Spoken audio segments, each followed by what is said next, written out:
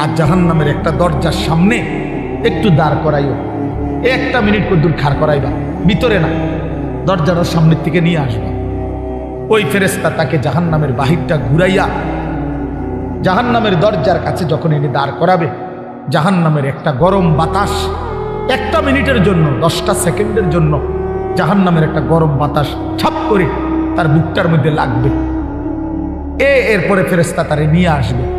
আনার পরে হাসরের মাঠে প্রিয় বাপ, প্রিয় সন্তান আমার, ছেলেরা আমার, আল্লাহর কসম নবীজি বলছে, আল্লাহ পাক তখন ওই সুখে ভরা নাফরমান ব্যক্তিটাকে জিজ্ঞেস করবে, আমার বান্দা, দুনিয়াটা তো বড় সুখে আরামে নিশ্চিন্তে কাটাই আসছো, ঠিক না?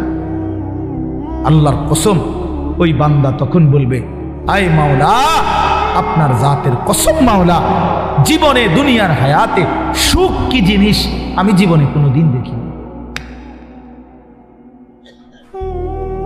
বিশ্বাস করুন, এটা হাদিসের। আবার আমি ব্যক্তিগতভাবে খামখেয়ালি কথা কম বলি, এটা হাদিস।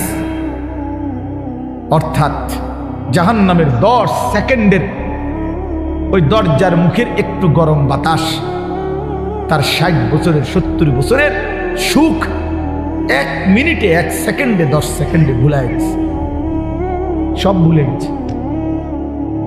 আল্লাহ তাআলা ফেরেশতাকে আবার বলবে, একজন ইমানদার বান্দাকে দিয়ে, যে বান্দা জীবনে কোনোদিন মৃত্যু পর্যন্ত সুখ পায় নাই, দুনিয়া কষ্টে কষ্টে জীবন কাটাইছে, কিন্তু আল্লাহকে ছাড়ে নাই, আল্লাহর বন্দিগি ছাড়ে নাই, অভাবের সংসারে, দুঃখ কষ্ট যন্ত্রণার সংসারে নামাজ ত্যাগ করে নাই, আল্লাহকে নারাজ করে নাই, আল্লাহ পাক বলবে, ফেরেশতা আমার এই ইমানদার বান্দাকে জান্নাতের চারদিকে একটু হাঁটাইয়া আনো, আর লাস্টে একটু দরজার মুখে দাঁড় করাইয়া আনবা।